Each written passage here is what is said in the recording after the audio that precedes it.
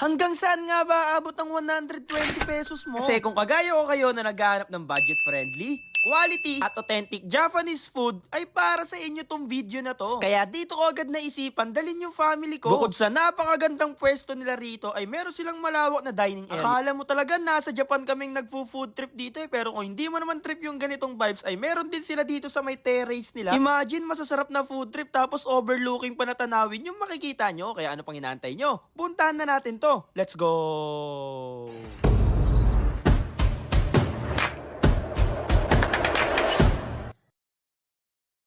Nandito nga pala tayo ngayon sa Hiromitsu Restaurant. Sa loob lang siya mismo ng Sterling Square. Sa mismong kahabaan lang siya ng Iba Road. Makikita nyo agad itong Sterling Square na meron ding napakalawak na parking area. Grabe talaga to, mga amigo. Kapag napansin nyo na tong Alpha Mart, ay dito lang sila mismo sa may hagdan kasi malolocate nyo sila dito sa may second floor, mga amigo. Pag-akyat nyo pa lang dito ay welcomein na kayo ng napakababait nilang mga staff. Bukod sa napakalawak ng dining area nila dito ay talagang napakalinis din, mga amigo. Kaya saktong-sakto lang na dito ko dinala yung family ko. Sinisigurado kong mag-e-enjoy talaga sila ng sobra dito, mga amigo. Mahilig din naman ako kumain sa mga Japanese restaurant, pero itong Hiromitsu Restaurant, yung isa sa pinaka may re-recommend ko sa inyo, mga amigo. Lalo na kapag nagawi kayo dito sa may Iba Road, dito lang yan sa may Bulacan, mga amigo. Ayan o, habang pine-prepare sa atin, talagang gutom na ako rito. For as low as 130 pesos kasi ay pwede nyo na matikman yung masasarap na food trip nila rito. Syempre, kakanood ko ng One Piece yan. Dito na rin ako kakain para talagang Japanese na Japanese ang datingan natin. Tanggal muna tayo ng sapatos at pumasok na agad tayo dito sa pagpo-food tripan natin. Iba't ibang klaseng Japanese food nga pala yung food tripin natin ngayon dito. Magmula sa pork katsu curry at itong beef teriyaki nila. Grabe yan, mga amigo. Green ebe tempura, salmon sashimi, tapos itong sasarapan nilang salad dito. At napakadami nyo pang ibang pwedeng pagpilian dito, mga amigo. At yung paborito ng mga kapatid ko na ramen, talagang makakarami talaga kami rito, mga amigo. Kaya tamang food trip muna kami dito ng family ko kasi kapag ganitong gutom na gutom kami, talagang wala munang usap-usap dyan. Grabe talagang sobrang nagustuhan talaga namin dito, mga amigo. Kaya kung kagaya ko rin kayo na Japanese food lover, ay para sa inyo tong video na to, mga amigo. Wag na wag nyong kakaligtaan to kapag napadaan kayo rito sa may Iba Road. Dito lang yan sa may Bulacan. Tapos ayan na, babanatan na naman ni amigo yung salmon, no? Talagang wala kang awa, amigo. Pasensya na sa mga napaglalaway natin dyan. Kaya kung tatapusin mo to, sinisigurado kung kumain ka na rin at sabayan mo na ako, mga amigo. Mukhang hindi lang ito yung una at huli na punta namin dito. Sinisigurado kong babalikan talaga. Kaya sa mga taga May Kawayan, Bulacan dyan, ay puntahan nyo na agad sila rito, mga amigo. At kung gusto nyong makanood pa ng masasarap na video,